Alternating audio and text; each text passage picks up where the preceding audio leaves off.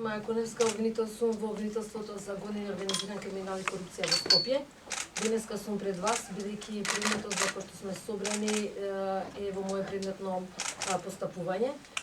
На 19.12.2019 година донесов наредба да се проведе истрага против две лица, македонски државјани, поради постоење основано сомнение дека истите имаат извршено кривично дело неовластено производство и пуштање во промет на наркотична дрога, психотропни супстанции, прекурсори по член 215 став 3 врска со став 1 од КЗ.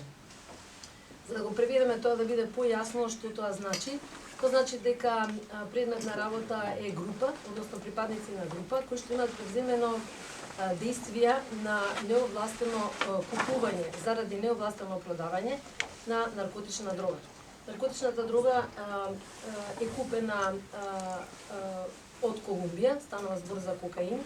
Истата е потоа неовластено пренесена преку Атлантскиот океан, за да на крајот биде скриена во еден магазин во Мадрид, додека да се најдат купци. Оној момент кога се најдени купците, тогаш дрогата е пренесена од магазинот во возилото, кога и всушност доаѓа до апсењето.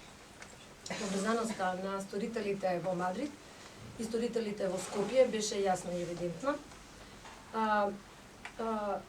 Она што направивме за да ги потврдиме основаноста на сомнението беше да се побара од судија на претходна постапка наредба за да се изврши претрес и претрес извршен на две локации во Скопје, од кои што едната локација е местото на живење на двајцата обвинети.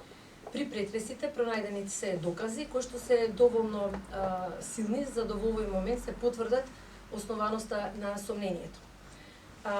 Сигурно ве интересира што ќе правиме во иднина. Прво нешто што ќе биде, тоа е ќе се оствари една координативна средба со нашите колеги, не само во Шпанија, сите останати обвинители во земјите каде што потекнуваат сторителите на кривичните дела или каде што се превземени действија на извршување. На таа координативна средба ќе се споделат информациите, ќе се разгледаат доказите кои што се прибавени при претресите и ќе се заземе заеднички став во кој правец понатака истрагата ќе се движи. Истрагата треба да ги дооткрие сите сторители и учесници во ова кривично дело, треба да прибави доволно докази на законит начин.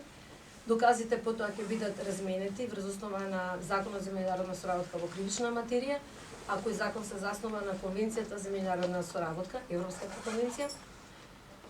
Потоа, сето тоа треба да даде една јасна представа, една јасна слика што всушност се случило, кој од сторителите какви действија има превземено и каква улога има во самата структура на организираната група. Сето тоа за да се донесе, да се дојде до една опстојна јавно обвинителска одлука. Благодарам.